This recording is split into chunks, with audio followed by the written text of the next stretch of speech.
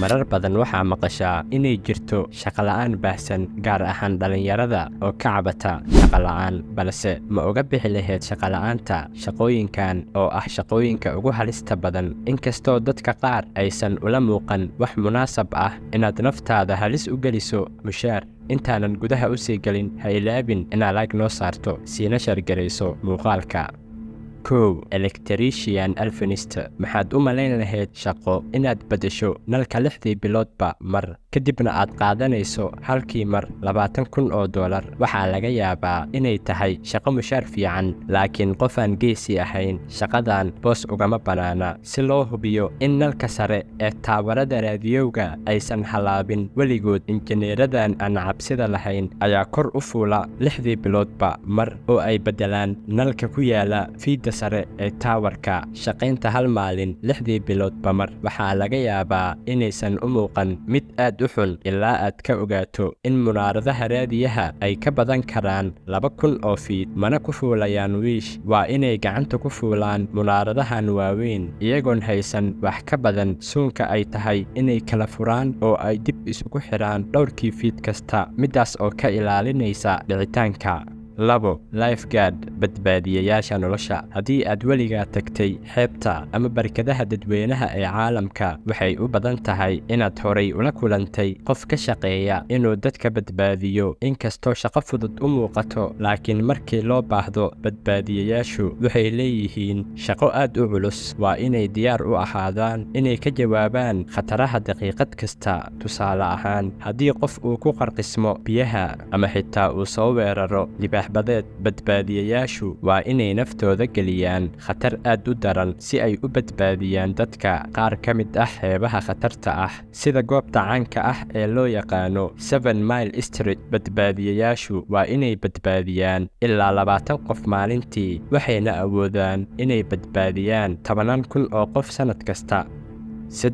xirfadleyda dhaqda daaqadaha dhismayaasha dhaadheer sida Burj Khalifa sax dhismayaasha dhaadheer waa qurux laakiin weligaa ma isweydiisay sida ay daaqaduhu had iyo jeer nadiif u yihiin waxaa qabta shaqadaas xirfadleydan waana mid ka mid ah shaqooyinka ugu khatarta badan adduunka laga bilaabo xaaradda dhismayaasha dhaadheer mararka qaarkood ay kumanaan fiit hawada ku jiraan waa inay cirifka gadaal uga boodaan iyagoon waxba haysan oo aan ka ahayn xarig ku ilaalinaya sare markaad dhaqayso dhismayaasha caadda ku jira muraayadahooda waxay u ekaan kartaa qaybta ugu cabsida badan laakiin barkeeda xitaa ma aha inta ay ka laalaadsan yihiin suunka waa inay si fiican u nadiifiyaan muraayadaha dabaq walba waxayna sidaas sameeyaan maalin kasta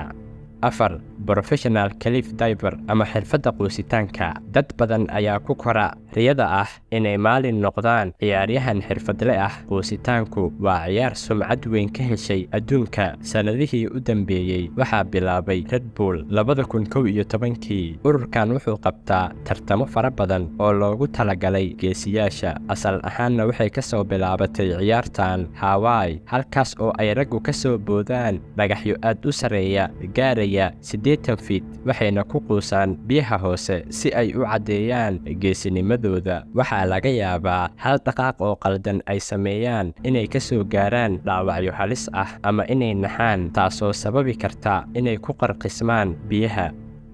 smoke jumper dhammaanteen waan ognahay waxa aan samayno markaan aragno meel gubanaysa waxaan wacnaa gargaar dabcanna waa inuu qof noqdaa dabdamislayaasha waa mid ka mid ah shaqooyinka ugu khatarta badan uguna muhiimsan adduunka inkastoo ay dhammaantood yihiin geesiyaal waxaa jira dabdamisyo ka geesisan kuwa kale waa smoke jumpers waa dabdamiska heerka ugu sareeya waxay u badan tahay inaad maqashay dabka keenta California kaas oo balaayiin $1 waxyeelo ah geystay dhowrkii sano ee la soo dhaafay hagaag dabkani wuxuu inta badan ka bilaabmaa keenta dhexdeeda mana lahan wado laga galo oo aan ka ahayn cirka smoke jumpers iyagoo baarashuut xiran ayay si toos ah ugu soo duldegaan keenta uu dabka ka kacay waxayna isku dayaan inuusan dabka fidin dabcan qalad yar oo ay sameeyaan waxay sababsan kartaa noloshooda balse waxay maraan tababar adag waxayna si sax ah u garanayaan